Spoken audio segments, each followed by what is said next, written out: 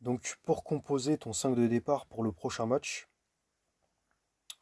tu as 15 joueurs à disposition dans ton effectif. Donc il faudra que tu mettes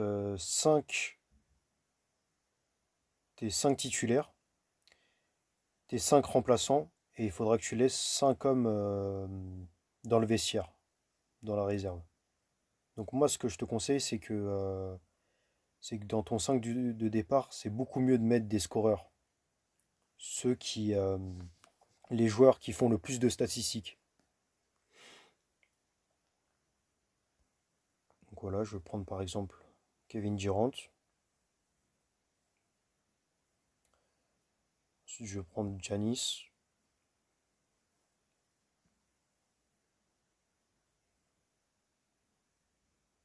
Je prends Rudy Gobert comme pivot.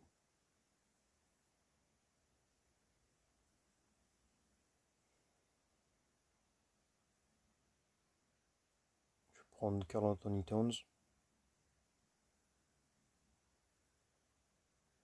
Et ensuite, dans ton 5 de départ, il faut absolument que tu aies minimum un forward, un center et un guard. Par exemple ici, si je prends un autre forward,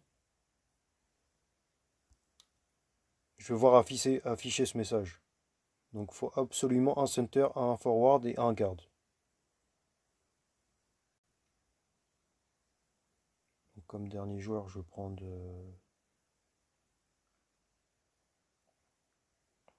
James Harden.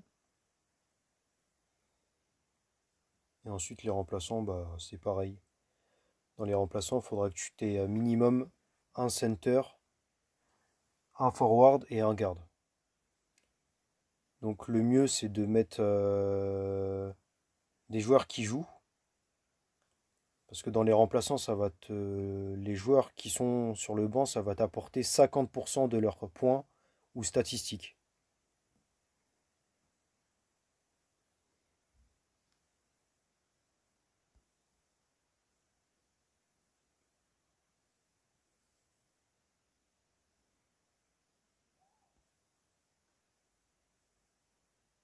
Et dans la réserve, c'est beaucoup mieux de laisser des joueurs qui sont blessés ou bien qui ont très peu de temps de jeu.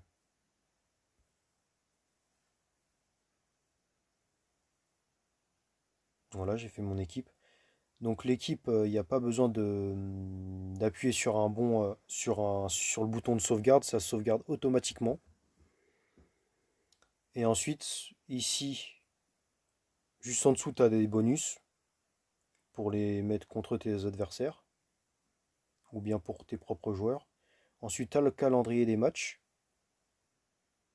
Donc voici les prochains matchs. Et ensuite, tu peux retrouver les enchères initiales en cliquant sur Team.